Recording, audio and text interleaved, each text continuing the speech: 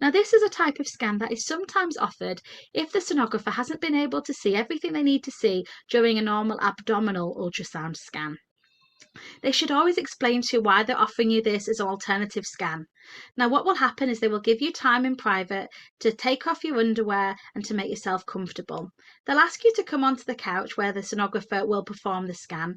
They'll ask you to bring your feet up to your bottom, and they'll ask you to let your knees fall to the side as they do that. It's important that you stay as relaxed as possible to make this as comfortable as possible. They use a probe, which is kind of just like that sort of shape like that, and they will cover that end with a condom and some gel to make it as easy as possible. Now, you might find a little bit of a wet sensation as they start to use that, and it's a little bit cold as well. They don't insert the probe a long way, so don't panic. It just tends to be just into the opening of the vagina.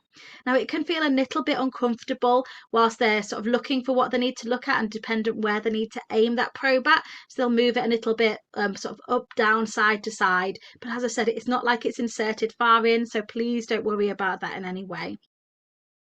Now, when they're doing this exam, sometimes you can feel a little bit exposed with any kind of vaginal exams. They should cover you with a sheet or some paper. And some people, if they think this might be the kind of scan they have, they choose to wear a skirt because sometimes that makes you feel less exposed.